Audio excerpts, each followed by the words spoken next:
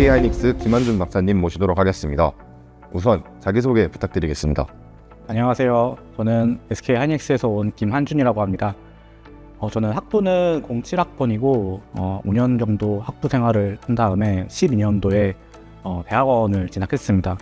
황철성 교수님 연구실에서 박사과정을 했었고 약 6년 정도 했던 것 같아요. 그래서 학위를 받고 2018년도에 이제 SK하이닉스에 입사를 하게 되었고 지금까지 한 7년 정도 근무를 했습니다. 지금 하고 있는 업무는 D램에 들어가 있는 캐패시터를 개발하고 있는 업무를 진행하고 있습니다. 네, 질문 드리겠습니다. 학부 시절 진로 수립에 있어 가장 도움이 되었던 경험으로 어떤 것이 있을지 궁금합니다. 네, 학부 시절에는 최대한 저는 다양한 분야를 좀 보려고 했던 것 같아요. 일단 재료공학부 특성상 되게 많고 넓고 얇게 많이 배우잖아요. 그러다 보니까 일단 내가 뭘 제일 잘할 수 있을지 이거를 아는 게 제일 중요했던 것 같아요. 단순히 뭐 어디 내가 회사로 갈지 아니면 뭐 학계에 남을지 이런 생각보다도 일단 먼저 분야를 잘할 수 있는 분야를 먼저 선정하는 게 중요하다고 생각을 해서 최대한 그 학부에 다양한 수업을 들으려고 했던 것 같고 이 중에서 제일 잘할 수 있는 과목이 무엇인지 찾았던 것 같습니다. 그래서 당시에 이제 반도체 수업들이 가장 저한테 재밌었고 가장 잘할 수 있는 과목이라고 생각을 해서 대학원을 황철성 교수님 연구실로 진학을 하게 되었습니다. 재료공학 전공과 학부에서 배운 내용들이 진로 이후의 단계에서 어떻게 활용되었는지 그리고 어떻게 도움이 되었는지 궁금합니다.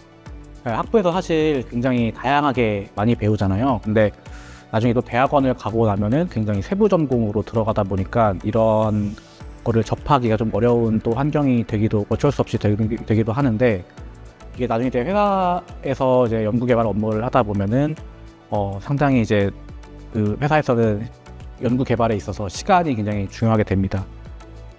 그럴 때 이 돌이켜 보면은 학부에서 배웠던 내용들이 이제 간간히 이렇게 떠오르곤 하는데 일단은 어떤 제품을 개발을 할 때 우리가 새로운 그런 이슈나 불량 같은 걸 자주 발생을 하게 되는데 그런 것들을 어떻게 재빨리 분석을 하고 어떤 개선 메커니즘을 찾느냐 이게 굉장히 중요한 부분입니다. 그래서 이러한 부분들이 학부 때 배웠던 내용들에서 좀 많이 도움을 받았던 것 같습니다. 반도체 분야 연구에 있어 크게 4가지 분야를 말할 수 있을 것 같습니다. 제조공정과 소자, 회로 설계와 아키텍처 분야인데요. 제조공정과 소자의 경우는 재료공학적인 경향, 회로 설계와 아키텍처 분야는 전기공학적인 경향이 강합니다.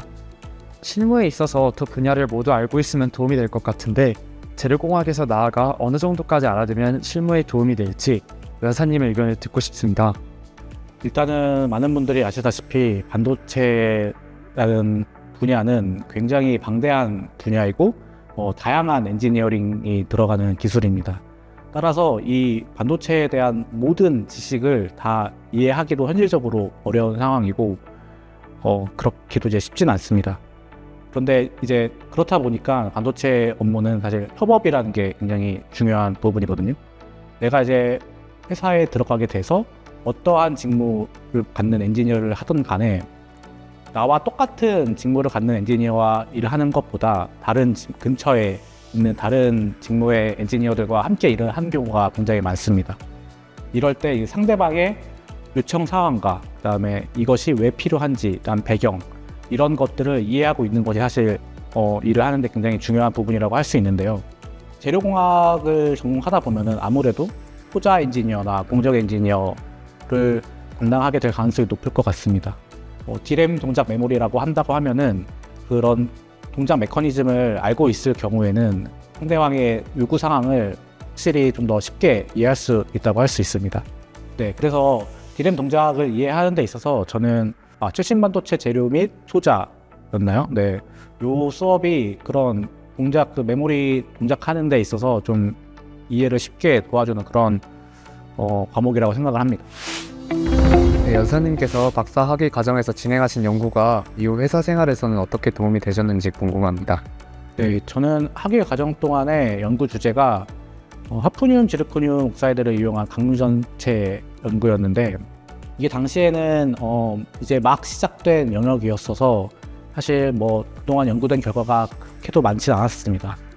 그런데 제가 학위를 받고 나서 굉장히 뭐 운이 좋았다고 생각을 하는데 회사를 갔더니 이제 똑같은 물질로 개발을 하고 있는 거예요. 그래서 이 부분이 이제 저한테 있어서 새로운 업무를 받아들이는 데 있어서 굉장히 큰 도움이 되었고, 물론 이제 물질만 갖고 뭐 세부적인 그런 특성들 이런 것들은 다 달랐지만 일단 전반적인 이 시스템을 이해하는 데 있어서는 이게 가장 큰 도움이 되었고, 저한테는 이 학위 과정 동안 해서 연구했던 내용과 회사에 입사해서 현업하고 있는 업무가 자연스럽게 잘 연결되었던 그런 케이스라고 할 수 있을 것 같습니다. 추천하시는 강의나 공부할 것이 있다면 알려주시면 감사하겠습니다. 일단은 대학원에서도 굉장히 여러 그 분석 툴들을 많이 활용하고 있는데, 일단 대학원에서는 보통 신소재 공동연구소나 공동기기원 같은 데서 그런 연구 장비들을 많이 사용하는 것 같아요.